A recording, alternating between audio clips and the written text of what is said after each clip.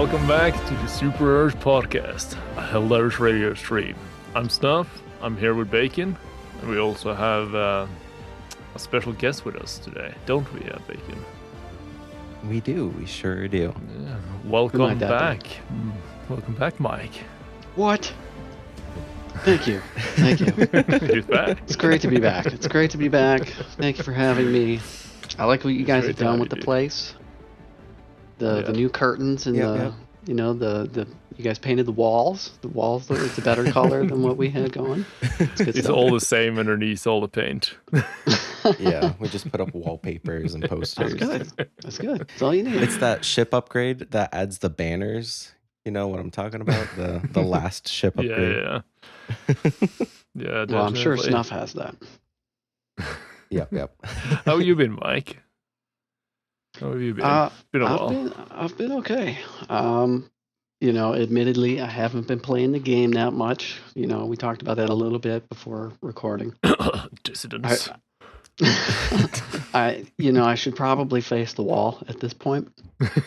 But it's just something wrong with your cryopod, probably. Just stuck in cryo.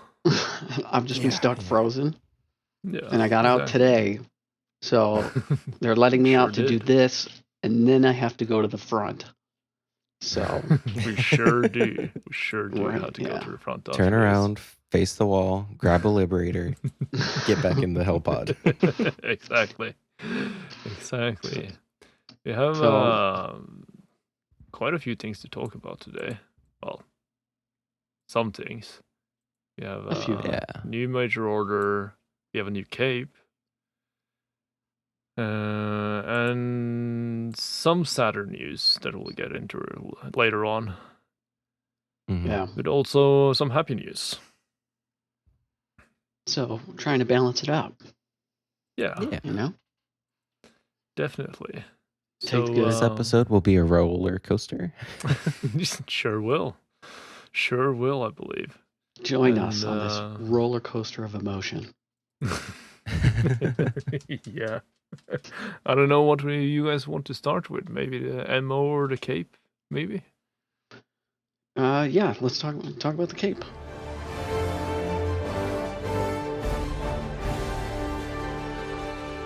Yeah, Bacon wasn't even here when this all started, kind of, with his cape. Yeah. We finally got the review bomb cape. That Yippee! When was that? Like April, May last year? Somewhere around there? Yeah, it was pretty early on. Yeah, it was pretty early on. Spring/early summer last year, I think it was. Around that time zone. And that's when PlayStation chose to try and force PSN accounts onto all players. And in response, especially PC players didn't want that, because at the beginning of the game we didn't have to log into PSN, right? So and then they tried to sneak that in and force it upon everyone, and the result of that was that they got a heck of a review bomb on that game. Like, it's one of the worst review bombs I've seen in a game. And after that, they pulled back on the PSN accounts. Basically, we won against PlayStation and Sony, and that marks a very important time in gaming history, because it's the first time gamers have won against a big company like Sony on things like this. Well, so what they did was they removed the requirement, but they still banned those countries. And didn't they recently unban a lot of those countries? So maybe that's why this is... So, yeah, they banned like 170 different countries, I believe it was, including, like, it was really weird though, because it was like parts of countries that were open to, like Norway, for example. Mainland Norway was open, but Svalbard, which is also a part of Norway where people live, were closed down from Helldivers. So it was really weird. And it almost feels like that was almost like a response to people hating so much on Sony. always felt like that. But recently, like a couple of weeks ago or so, they lifted those country bans. So now everyone can play PlayStation games everywhere, pretty much. How about that? And in addition to that, we also got the review bomb cape, which someone made a concept of back early on when the review bomb happened, that someone asked for. And we finally got it. So yeah, this cape is a big FU finger to Sony, I will say. And I did pick it up. I'm sure as hell rocking that cape. I sure am. It's always a lot of people in the server, and I'm sure other people who plays the game is also rocking this one, especially people who knows what it stands for. Yeah. And it has a very nice name as well. It's called the Pillars of Freedom, which I love. Perfect. And basically, the lines you see is basically the statistics on how the review statistics looked when they got review bombed. So you basically just copy pasted from Steam on how the lines looked. Yeah, you can even see at the top the blue lines for like the positive. Yeah, exactly. That's really cool. And the color at the bottom of the cape is that same blue. It looks like. Yeah. That's pretty cool. It's a very nice cape. I love the design. It's a little bit different than the original concept for it, but I think they gave it a good justice on how it should look. Yeah. When I first saw it, I thought it was like an American flag. America! I'm like, yeah, America. And then I realized, oh, those are the reviews. Oh man, don't get me started on Team America. Team America. Coming again to save the mother. Yeah. That's bad intelligence. Yeah. I'm sorry. Like another thing with this cape, like a lot of people think we got this cape for the review bombing that the Chinese people did after Super Earth, because they couldn't liberate Equality on Sea completely. Because they did a little small review bomb on that, but this cape has nothing to do with that part, because there was no point in review bombing the game for that, because obviously you can't liberate something that is constantly under attack. Like the whole planet is under invasion, so obviously you can't get to 100%. Right. So this all marks last year's spring when the original review bomb of Sony happened. Well, I think it's good. Yeah. We finally did actually win that, I think. Like we kind of won, but now that they've did. Yeah. And I think also Sony, I think, is like a little bit desperate as well nowadays with the leaks of the new Xbox stuff, where Xbox is moving over to become a console version of a PC. So you basically can have access to all PC games on a console.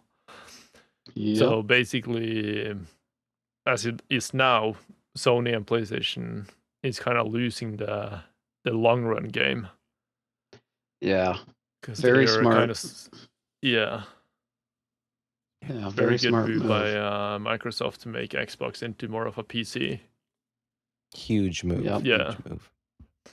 And that I think that marks like a revolution in gaming, honestly, because it's the end of an era.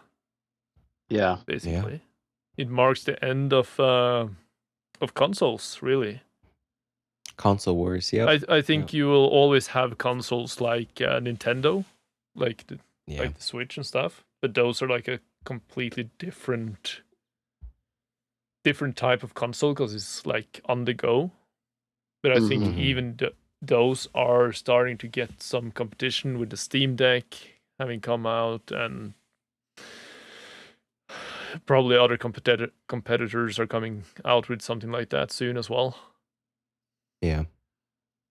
And I'm guessing also we'll see Xbox probably going to come out with something like that as well, if they move over to if they actually move over to the PC side. Well, they're doing the ROG Ally X, right? Which is their own handheld console. Yeah. Yeah. I know PlayStation tried to tap into it, but it was basically like a streaming device, not its own I had a handheld Vita. console. Yeah, I was about to say you probably don't remember it, Bacon, but there was something called PlayStation Vita. Yeah. Well,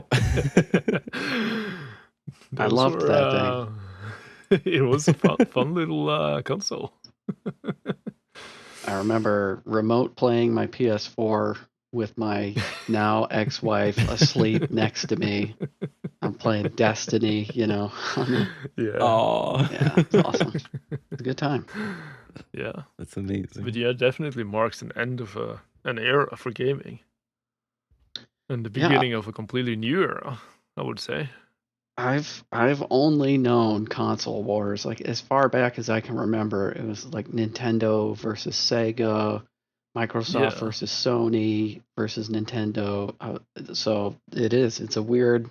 It's interesting to see going forward how the hardware will pan out. You know, like who's going to buy what's going to stay alive. Yeah. Yeah. Like on the Nintendo side, Nintendo themselves is kind of fucking up with their new terms of service, where even if you buy a console, you don't own the console. You buy a license to own that so console. if you buy the Switch 2, you don't own the Switch 2. You only have the license to use it. So they can cut that license whenever they want. Yep. And they will just remotely close off your console. And they have gotten in a lot of trouble for that. People are really hating on them. Pretty much no one is buying the new Switch 2. Yeah, deservedly so. That's ridiculous. Yeah. So hopefully for their part, if they don't want to go bankrupt, they'll revert those things, and they can keep going. Because I honestly love Nintendo, like Pokemon, Mario, Sonic, all those games, great games. It has always like been their own like niche category of games. Mm-hmm. But with this new era of gaming coming out now, I think they are definitely on the losing side if they keep going as they are. $80 games, a crappy screen on your new handheld. Yeah. Like even if you buy a hard copy of a Nintendo game now, you don't own the game. You only have the license to use it. Yeah. And then a lot of them are just like download codes, right? Like you put the cartridge in and it still has to download. Like, what's the point? Exactly. What's the point then? Just then you can just turn over to what Steam has done, where you just download all games from internet. Yeah. Like who goes into a gaming store nowadays to buy a hard copy of a game anymore for PC? Right. I don't even remember the last time I was a GameStop or something like that to buy a PC game. I don't think I've ever bought a PC game from a store. I mean, you were a little bit late to the game, weren't you? With PC, yeah, that's true. Yeah. But by the time I started gaming on PC, like my PC doesn't even have a disk drive, you know, like so. Dang. Yeah. Yeah, you would need a remote disk drive that you can attach to it. Which I have because I play a lot of old school games. Kind of gotta have it. I specifically bought the discless version of the PS5 just to save $100, and I don't use discs anyway. Yeah. I mean, there's no point unless you. I mean, you can use the PS5 to watch movies and stuff, of course. But again, that's the same case. Who buys hard copies of movies anymore? Most people just stream it on Netflix or HBO or something like that. Yeah, buy it on Amazon. Yeah, something like that. I still buy hard copies of movies that I really like. Like if I love a movie, I still do the same. But most people don't. So it's understandable that people are moving away from that. Yeah. So instead of all the discs in our homes, it's on server farms somewhere else. Yeah. I remember having Yep, that's it. bookshelves on bookshelves with DVDs and VHS tapes. It was a different time. Yeah, Oh, yeah. definitely. Definitely. Even though vinyl records have gotten a hard comeback, of course. Oh, Well, yeah. that's the thing. Ooh, These yeah. older technologies, a lot of times they equate to better quality. Yeah. You know, And there's something like having something you can touch and feel as well. You can hold it in your hands. right. It just feels different. My little sister has a whole wall of vinyl records and then like their vinyl sleeves just hung up as wall decorations. And I think that's like really, really cool. Very cool. That is cool. She goes thrifting and picks up them and like, oh, I don't know who this artist is, but the disc looks cool. Nice. Yeah. Vinyls are cool. There's usually a lot of cool artwork and stuff on the covers. Mm-hmm. Oh yeah. It's almost like it's like a poster with a bonus. A Thank you for poster with buying a our- pre-order bonus. What's that? A poster with a pre-order bonus. Yeah. Thank you for buying our poster. Here's our music. Here's a free disc. Yeah. I grew up on vinyls, right? So Yeah. Really? it's kind of interesting to see it go out of style and then come back. Yeah, I remember being real little listening to like vinyls of Pink Floyd or the Eagles or Duran Duran on my dad's old stereo, you know, and listening to how That's weird it awesome. would sound. Like if you put a 45 on there and you didn't change the speed setting. Good times.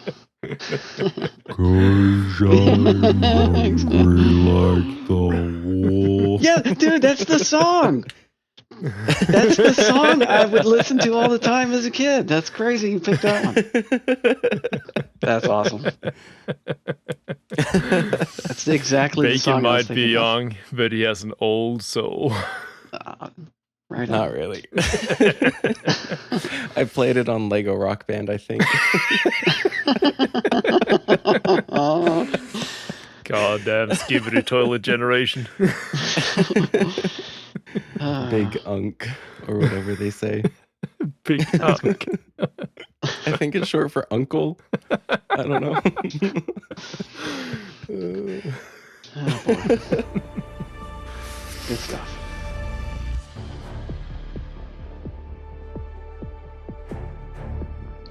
So what's the current MO?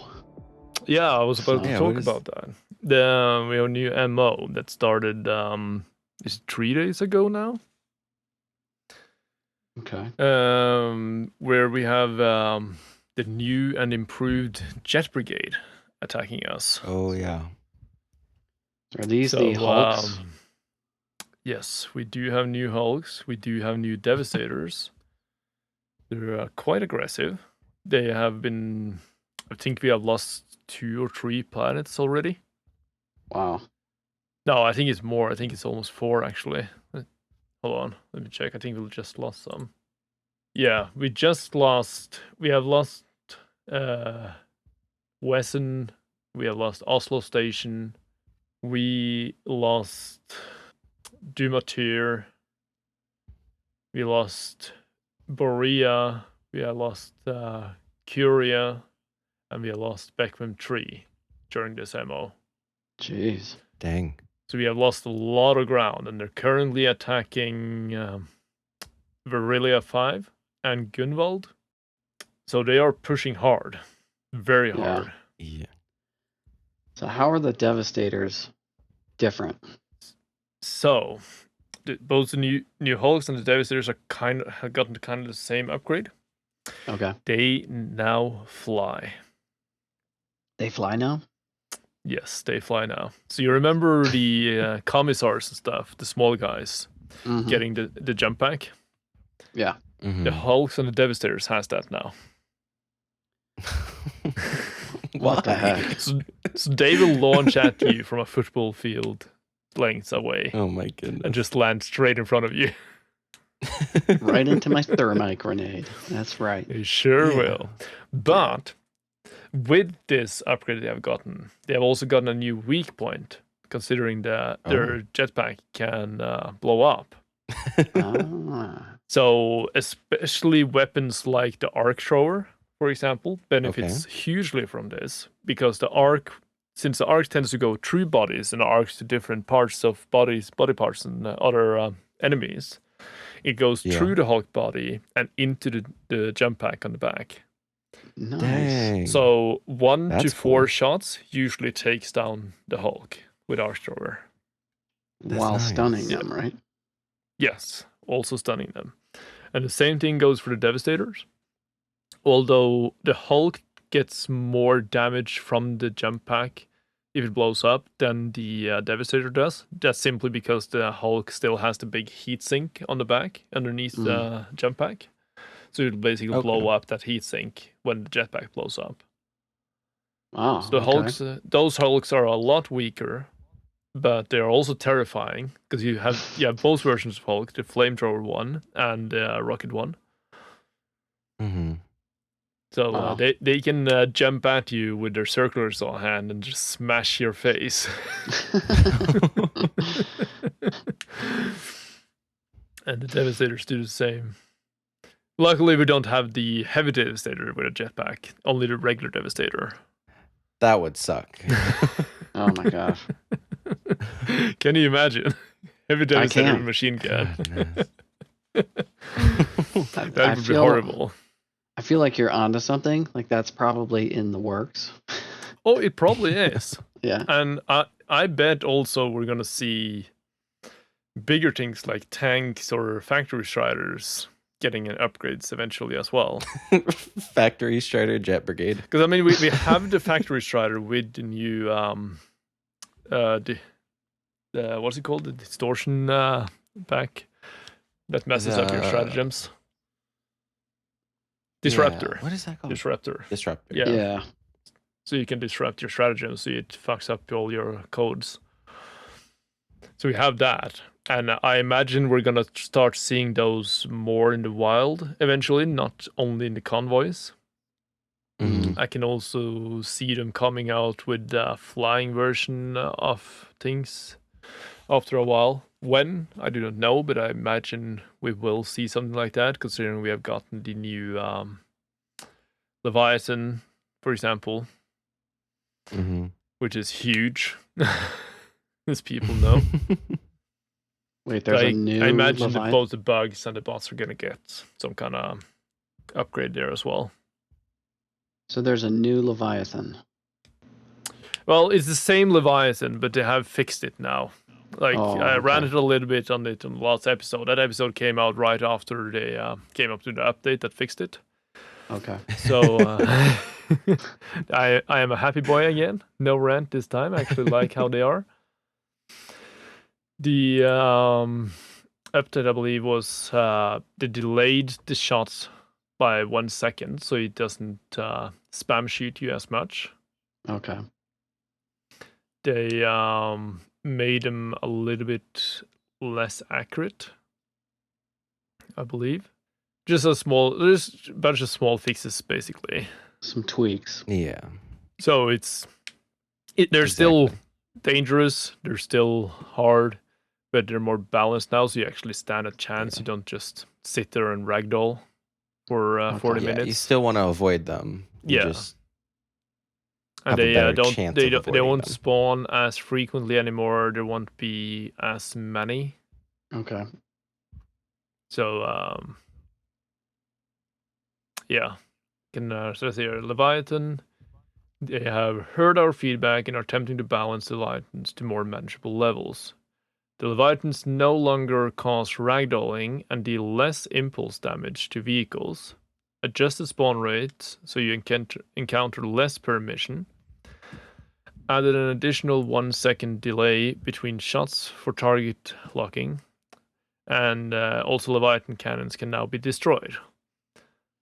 So you can destroy the cannons on it. So basically they made it so it's more equal to the factory strider, basically. Okay. So it won't won't just ragdoll you constantly for 40 minutes. You can actually do things now. Well, what's the fun in which that? is good. No. Okay. I mean, I both liked how it was and hated it, to be fair. Like, it did add an additional challenge. The problem was that the spawn rate was so insanely high, so there was no point in trying to fight them at all. They ragdolled you too much. They saw you through buildings. Like, if you were across the map, they would just know automatically where you were, even though they haven't even looked at you. And I think those were the issues, mainly. Gotcha. Like, them being accurate, I don't have a problem with that. Like, if I'm in the zone of shooting, obviously they will shoot me. Mm-hmm. Like for example, the gunships on bot side, you can literally sit there for 10 minutes and have a beer or a cup of tea or something like that and not get hit. They're not dangerous anymore at all. So those can be upgraded a little bit, if you ask me. Gotcha. Make gunships great again. Oh my gosh. I mean, you remember how they were in the beginning, Mike, when they first came out with the gunships. Yeah. That was wild. Oh my gosh. 50 gunships, dead accurate. Yeah. They were a nightmare. Infinite rocket shots. Man. Those times I hated were wild. those things. They were wild, man. But I will say, back then when the gunships came, they were still playable, even though they were horrible. Mm-hmm. Things were doable still, unlike the Leviathans were for a period of time. So make gunships great again, keep the Leviathan as it is now, I guess, and bring out more enemies. We have more to kill. Yeah. Yeah. But yeah, we're losing this ammo hard though, which is the ammo is what we were talking about. Well, the MO and the Jet Brigade. Yeah. The MO is defend against 4 attacks, I believe. And we have defended against 1 so far. In 3 days. Like, the community did a really stupid move. I don't understand how they managed to do that. Because we had Oslo Station and then Dumatir, that was the next door planet. And Oslo Station was being attacked from Dumatir, since we lost Dumatir earlier. And we placed the DSS on Dumatir, ready to do the Gambit, right? And the Gambit would stop a lot of the attacks, would be perfect. And even though they placed the space station on Dumatir, everyone went to Oslo Station instead. And then we lost Oslo Station. What? Yeah. What? Oh, man. So we were set up perfectly to win pretty easily. And then everyone just went to Oslo Station instead. I guess everyone wanted to save the train station in Norway's capital. I guess. So not much has changed in terms of the player base. Oh, it's still the same. Yeah. It's still the same.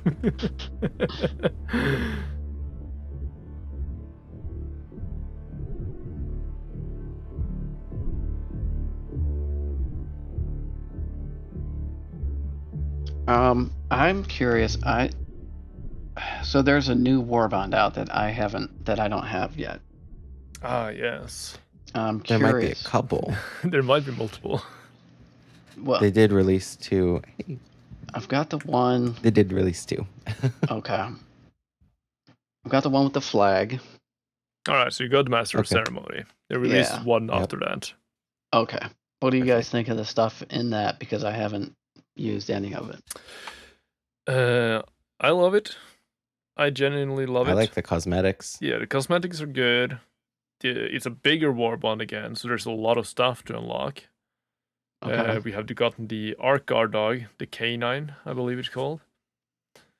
And it's basically a Blitzer and an Arc Thrower in one, but it shoots way slower than the Blitzer and the Arc Thrower, so it takes a little bit longer per shot, which makes it still fairly balanced. You have the new armors, which are nice. and apparently we still haven't gotten to test it. But in megacities, there are citizens, right?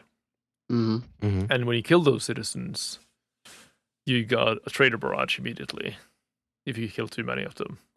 But apparently, if you wear the police armors from Force of Law, the new war bond, you don't get the traitor barrage. Oh my god!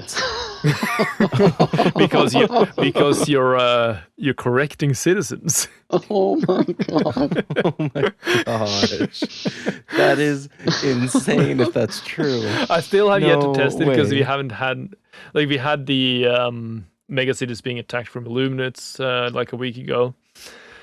But those were like megacities that were already occupied by the Illuminates, so there weren't any citizens there, only siege troops.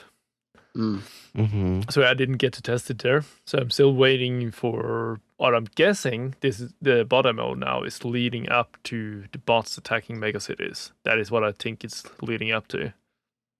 I think this is a filler MO for them to test out megacities on bot side, and then we'll see the bots attack megacities as well.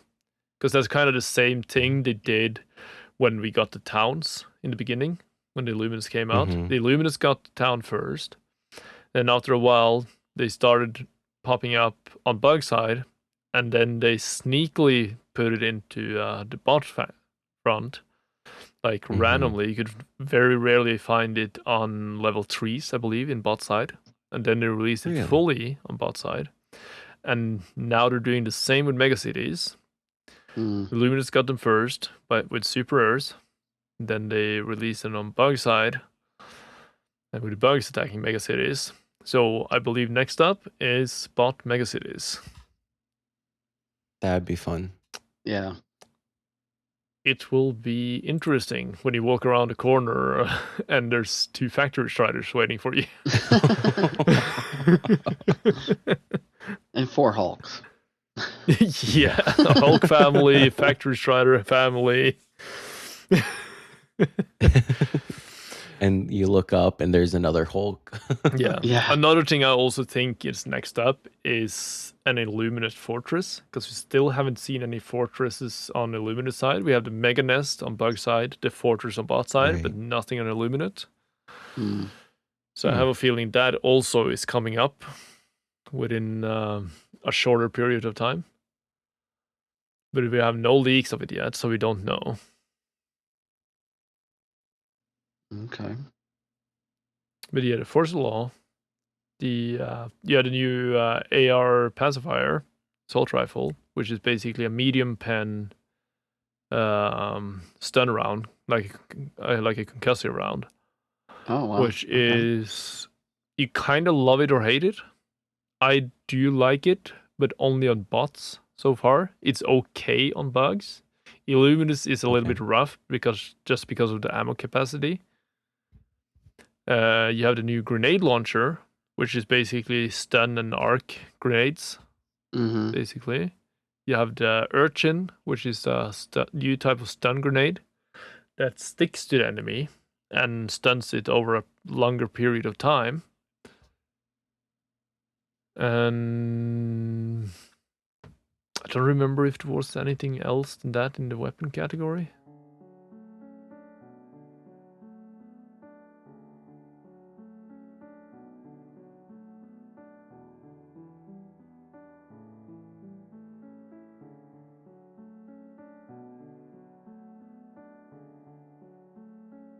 Basically, Die Hard texted us here the other day to let us in on some very sad news. And Mike here will do the honors. Yeah.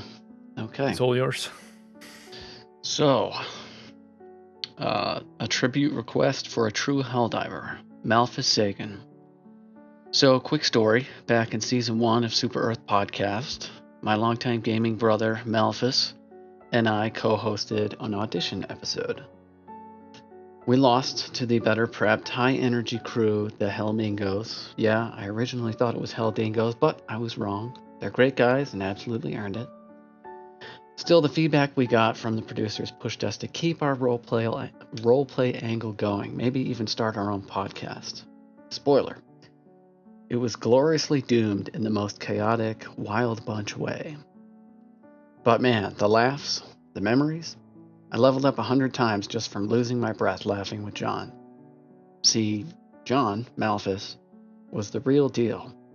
He loved this game, loved the lore, devoured it. He took on the role of a Ministry of Truth agent embedded with my super carrier group and brought the whole fandom to life. That was our thing. Finding the fun beyond the login screen back when disconnecting mid-game was a 56k modem problem. Helldivers 2 felt like coming home, but here's where it turns. John passed away not long ago. He survived cancer, open heart surgery, and ulnar nerve decompression surgery, only to be taken from us in the most absurd way possible. A fall in the shower that led to a fatal head injury. His Twitch channel still holds clips of our helldiving chaos. The final episode of Season 1 still echoes with his laugh. You can hear his sincerity, his wit, and the pure joy he felt serving Super Earth. He bled democracy. He bled freedom. And this, Helldivers 2, was the last game he truly gave his heart to after over 30 years of gaming with my crew, the Wild Bunch. So when you guys told me about this, you sent me this information, I was like, I'd like to come on. I don't really have anything all that amazing to share, but as you guys all know, and most of the, if you listen to Season 1, we talked about it. I suffer from post-concussion syndrome. I had a brain injury in 2016, and all these years later, it still controls my life. And the one thing that kind of always pops into the back of my mind was that if I had hit my head a little bit differently that day, this could have been me. And, life is so precious and so fleeting that it's easy to take people in our lives for granted. It's easy to take living for granted, especially in today's world where everything's so upside down. But this hit me, on a very personal level because of how it happened. It's a simple mistake, and you don't know. You could hit your head, you could be fine. You could hit your head, you could suffer for years. You could hit your head and pass away. And unfortunately, that's been the case for one of our fellow divers here. Somebody who came in, was a part of our group, part of the server, wanted to be a part of the podcast itself, and unfortunately that, didn't work out for him. But I want to thank Die Hard for letting us know, and we appreciate you guys. I'm sorry about John, and we'll, for what it's worth, I'll give him my salute. So thanks for having me on to at least talk about it for a second. Yeah, he gets my salute. I know these guys. Die Hard told me they had talked about podcasting for a long time, around 10 years or so. And I know they got really excited when you, Mike, and Lito were stepping down, giving the opportunity for someone else to step in. And it gave me a quote where he says, where he was talking to Malphas, and he says, "Dude, I know you are in recovering area right now, still in hospital. This could maybe be a hellcast worth venturing towards." That is his quote from when they talked about doing the audition episode. And he also told me that Die Hard will continue his legacy. Die Hard will continue by taking over his website gigs, and He's in contact with Malphas' mom regularly. Wow. My my condolences go out to all of you. Yeah. Yeah. And I hope you are all right. Yeah. Take the time you need. Yeah, and I didn't know either of you personally. Don't really know anyone personally in the Discord, but still, we're Helldivers together. Yeah. We're never alone. We dive If together. you need anything, we dive together, or not at all. Exactly. So with that, you have my salute, my condolences. And now, if we may, a moment of silence for a fallen Helldiver.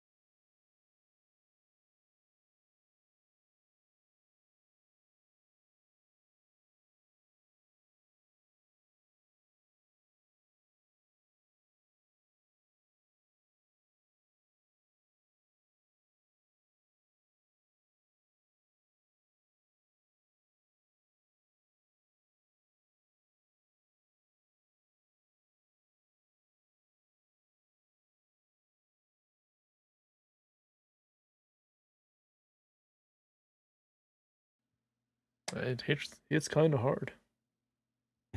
Yeah. You don't really it's stuff like this you don't really think about on a regular basis. How fragile everything is. Mm-hmm. Yeah. And but with the passing of Malphas, we also have gotten a new Helldiver in return. Yeah. In our community this week held sorrow with the passing of Malphas, with his heartbeat ending, leaving silence, memory, and love. And almost in the same breath, about a day later, we celebrate another heartbeat that found its rhythm, new and bright. These are the moments that remind us life doesn't pause, it shifts, it turns, and it carries us forward with all the weight and wonder of being human. Q Wizard recently had a child completing his 4-person squad in his family. And baby's healthy, the wife is healthy, and looking forward to coming home and fighting on the front lines again. He is. Congratulations, Q Wizard. Congratulations. Yeah, congratulations. And welcome to the world, Helldiver.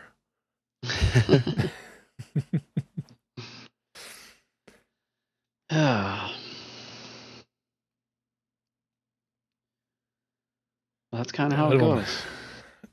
You know? Yeah. For every tragedy, there's a miracle. Mm-hmm. Yeah. It sure does. Maybe we'll do a story, like one last story for Malphas now. If you guys think that's a good idea. Yeah. Yeah. I think you would like that. I think so. This one's from a newer member from the Discord. He just wrote a story and popped it in. It's written by Max Corbiu. May democracy never fall. Eagleopolis stand. Boom, boom, boom. Explosions kept pounding the sky and the earth. Skyscrapers that once reached high into the heavens were now mere shadows of their former selves. their debris staining the ground. Nothing remained of glorious Egalopolis. It had been the first city to fall during the Illuminates, but the fight wasn't over. Hold your position. Civilians are still here. Affirmative. Reloading! Between the rubble, the last line of Super Earth's defense kept fighting, their blue uniforms reflecting the lights of a sky long obscured beneath tyranny. They're everywhere! Civilians kept fleeing under their protection, their numbers dwindling. What had once been a group of 30 hopeful souls had just become a handful of survivors. Deprived of the slightest equipment, civilians fled, holding the empty, blood-soaked weapons of fallen Helldivers.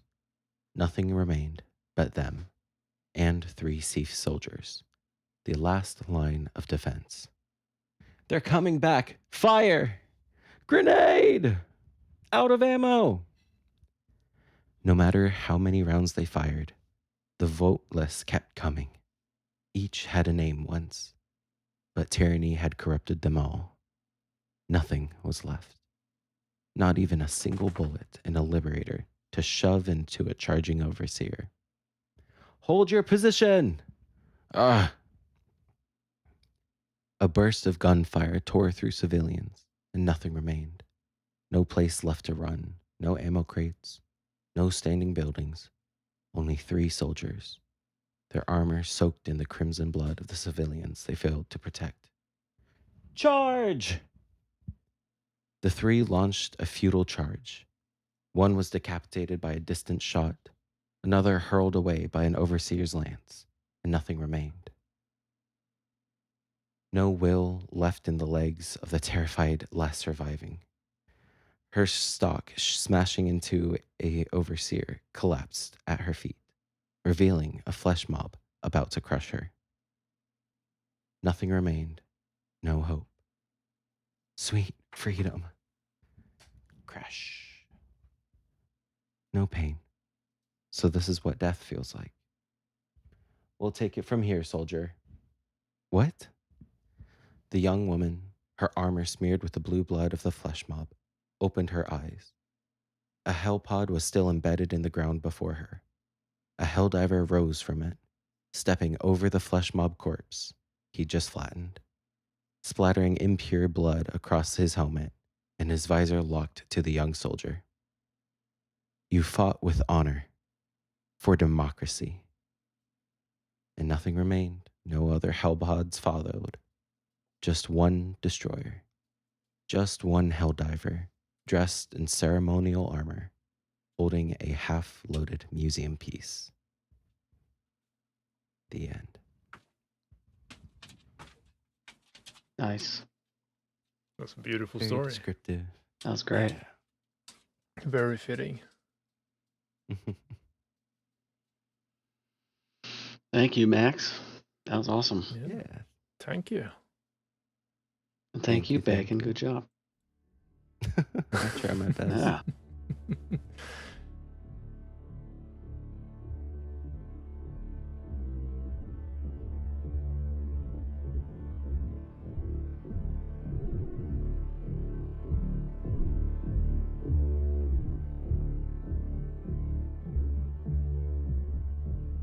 All right.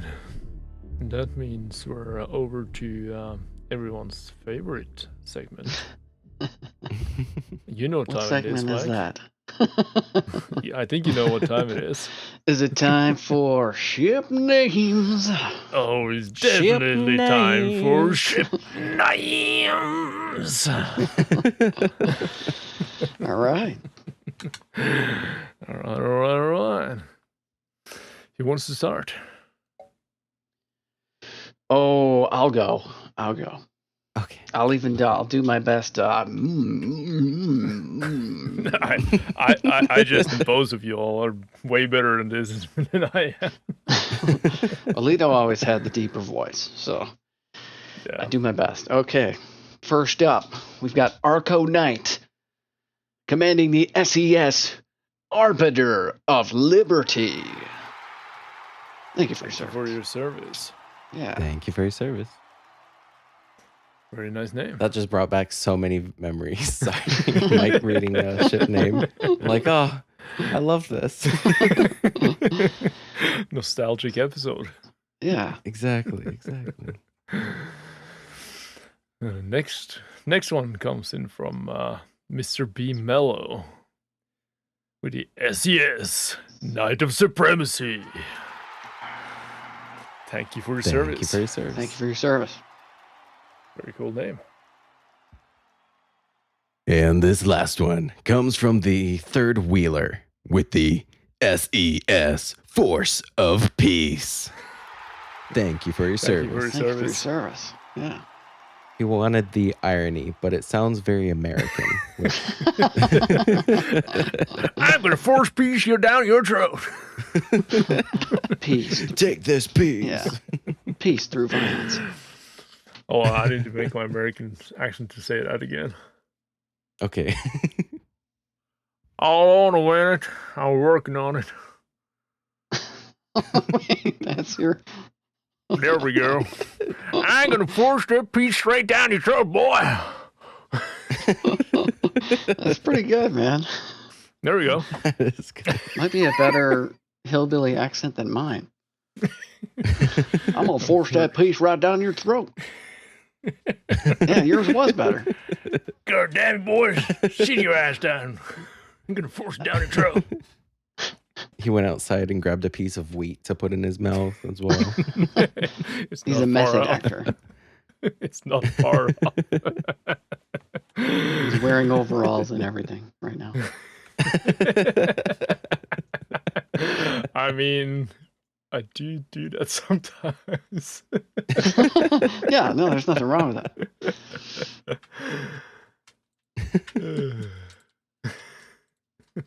Good stuff. Well, thanks for having me on, guys. You're welcome. Yeah, It was very nice to have you. anytime. A little bit sad that you have to come in under these circumstances, but Yeah. Yeah. we're allowed to have you on again, hopefully in Lido as well, at some point under Yeah. better circumstances. Yeah. I'll be Yeah. around. And but I think we need to dive. I think so too. Oh, hell yeah. I think we need to kill some bots in the name of Malphas. Yes, sir. As my former co-host used to say, let's do this. All Super Earth podcast content is based on the game Helldivers 2, created by Arrowhead Game Studios and published by Sony Interactive Entertainment.